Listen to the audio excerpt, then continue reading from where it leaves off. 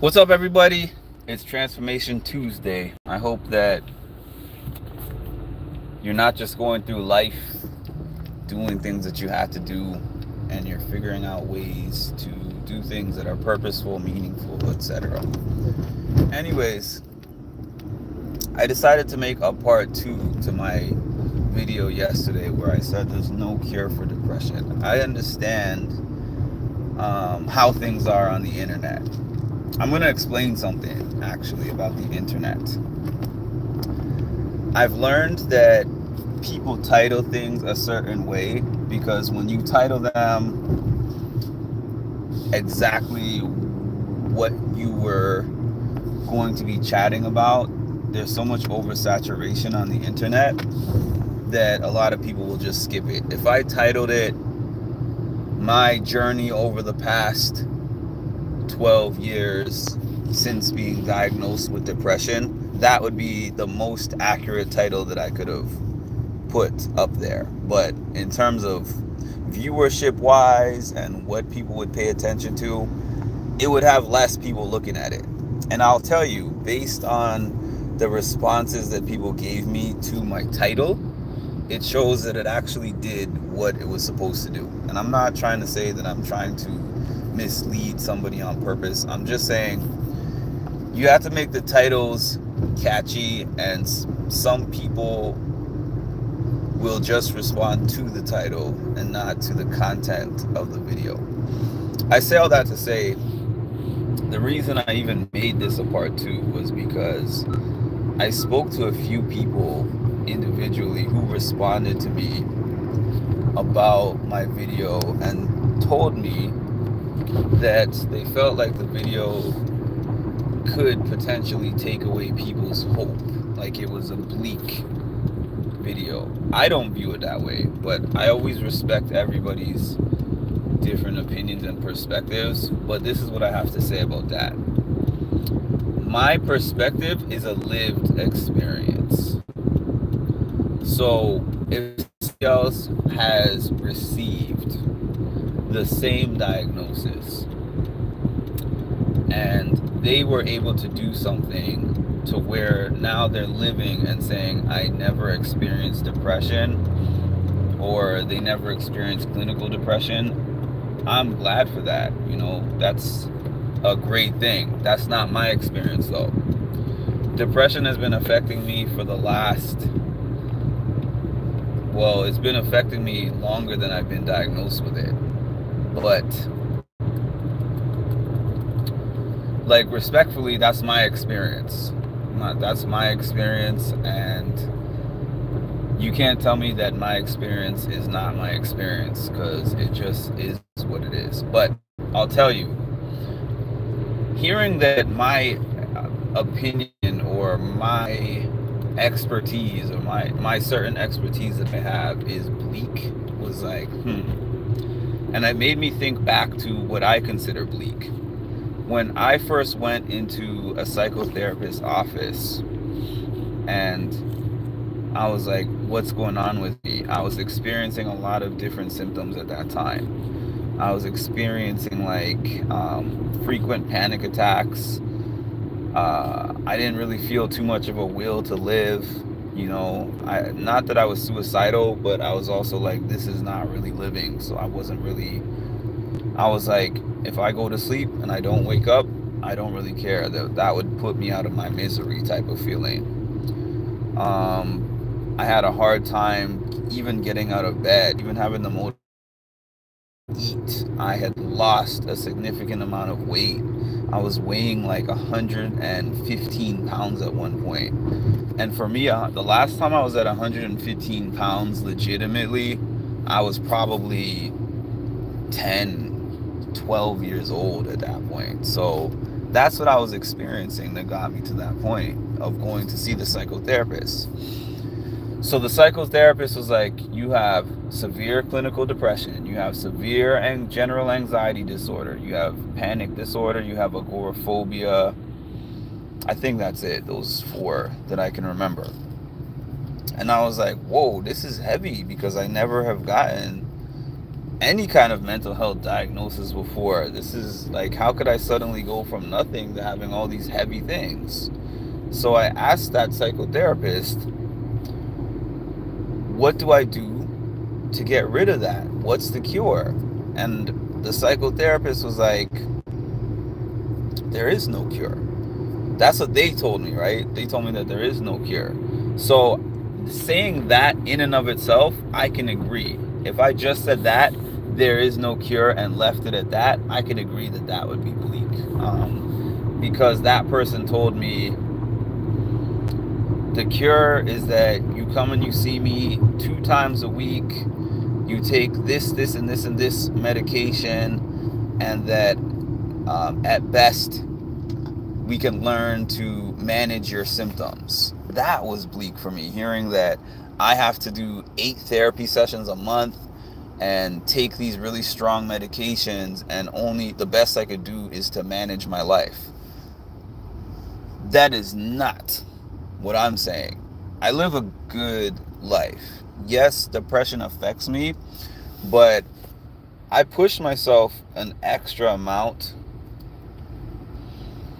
to kind of show people that it's at the bottom of my list the majority of the time. Where if you ask me to give me a rundown about you, I would be like, okay, I do case management right now for work. I've spent 10, 11 years as a peer counselor. I play music. I do sports and athletics. I have a YouTube page.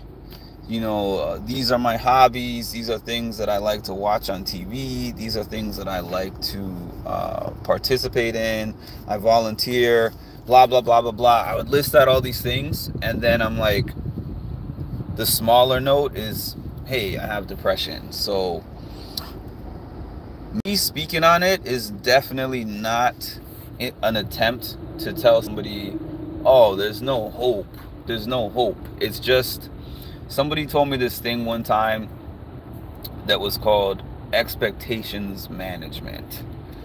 So if you go in, like you just get a clinical diagnosis, and I tell you, okay, just go and speak to a therapist for X amount of weeks, and then they'll get you through the clinical depression, and then you just go about your life like it never happened. Or if I tell you, you know, whatever methodology that you want to do, and I mentioned several of them. I mentioned people who are faith-based. I mentioned people who are, they believe in like chiropractors as the answer to increase the blood flow and different things that help with your brain, acupuncturists, hypnotherapists, whatever it is. If I said to you, you pick this one thing, and once you do this one thing for a certain amount of time, and then you won't feel the depressive symptoms anymore.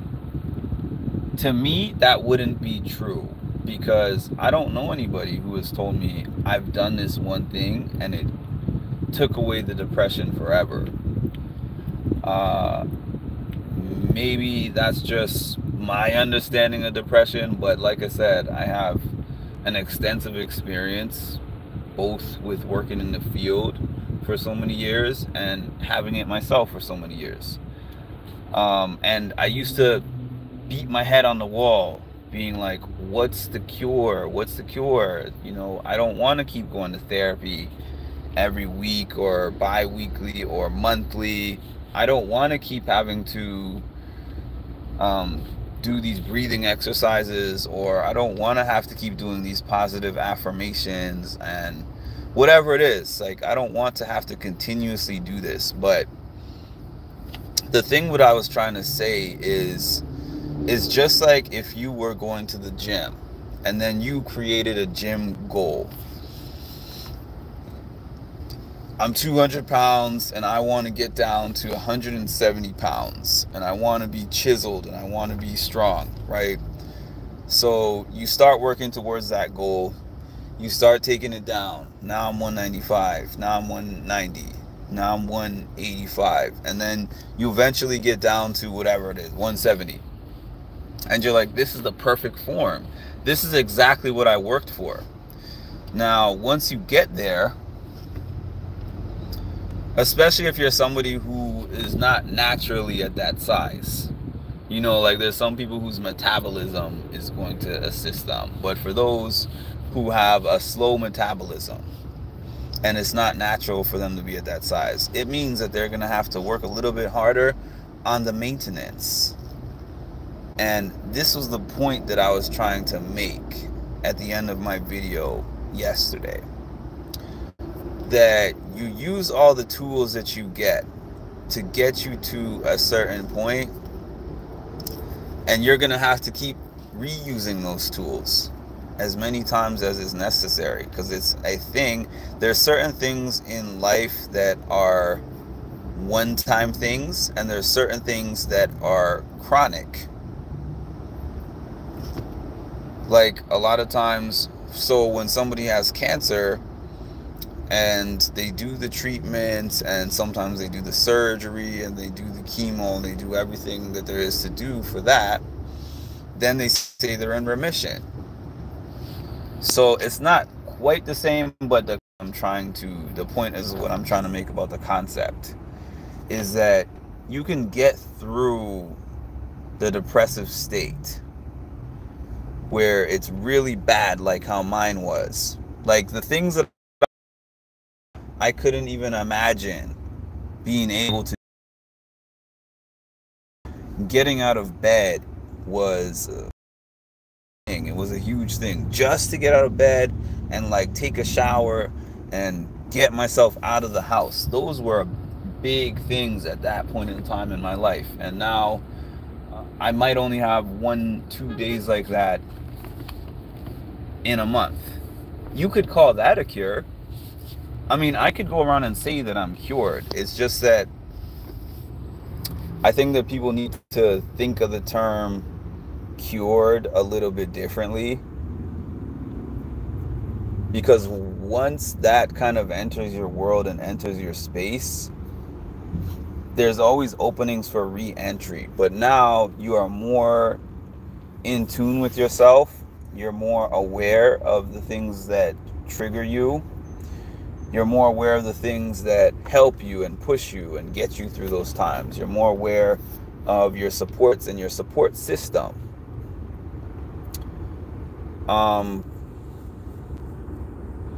Yeah, I can't get to all of these, unfortunately, but kind of just glancing through, yeah, that's a treatment plan.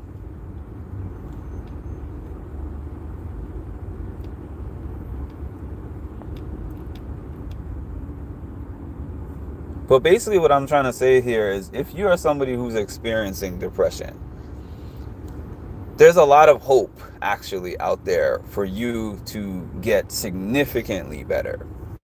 So there's no reason to feel like this is a bleak outlook, but it's just that I think that people don't want to have that label,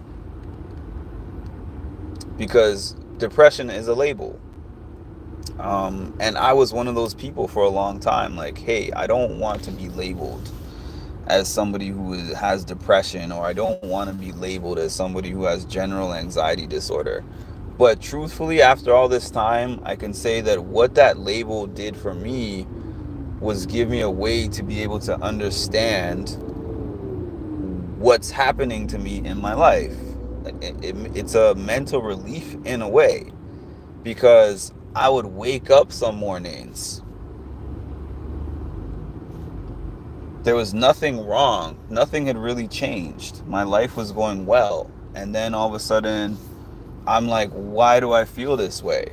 Why do I feel like I'm dragging to do things?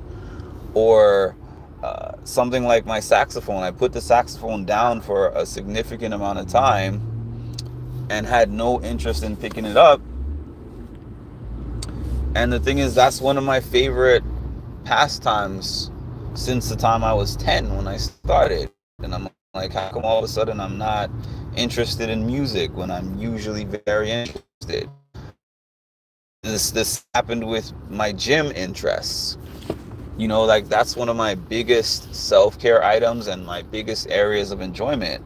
There's times when I liked it and there's times when I didn't. There's times when I've gotten periods of time where I'm very social with people, and then there's times where I'm extremely isolated. You could just call that coincidence, but it's a pattern. And really, the reason that I learned all those things about myself is through the therapy, because through the therapy, it took me through all the work. So sometimes people act like mental health, mental illness is a belief system. It's not. It's like people started to realize that certain things were not just, oh, everybody experiences that. No, everybody doesn't experience anxiety the same way. Everybody does not experience depression the same way. The majority of the world do not experience agoraphobia like how I experienced agoraphobia. Like, that's not a common thing. So I know that people don't want to be labeled,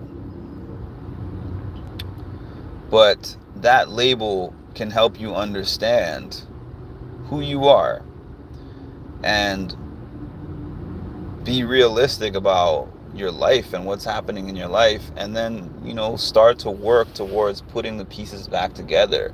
You can't put the pieces of something back together if you can't acknowledge that at the moment it's broken. And this is the other thing. You take a glass and you throw the thing on the ground and it breaks. Let's just say it doesn't shatter into a million pieces, but it breaks into the type of pieces that you can pick up and you can piece them together. You can piece them back together with glue or whatever. It's not going to be the same glass as before you put it down, but also before you dropped it, or you smashed it. But also, that does not mean that you have to look at it in a depressing way. This is why I was talking about perspective and outlook. Changing your perspective and the way that you view things changes the game. Like, I used to think of this as the worst curse that I could ever have. I'm like, how come other people in my family or other people don't have to have this crappy experience, but I have to have it? But people that I've been able to connect to, the people I've been able to assist, you know, like, it's not everybody who has these problems who are going to speak about it, who want to speak about it, or who even feel capable of doing so. Like, people tell me, Mark, you're brave for speaking on this. And I'm like, thank you, but it's my life. It was harder to actually live my life in an inauthentic way where I was trying to pretend like this wasn't a major part of my life. Once my career started intersecting with mental health, I think it changed me for the better. And yes, you'll hear me complain about things like the caseloads and the pay. That stuff is always going to be a problem within the field. But aside from that, I definitely feel like this is what I was called to do.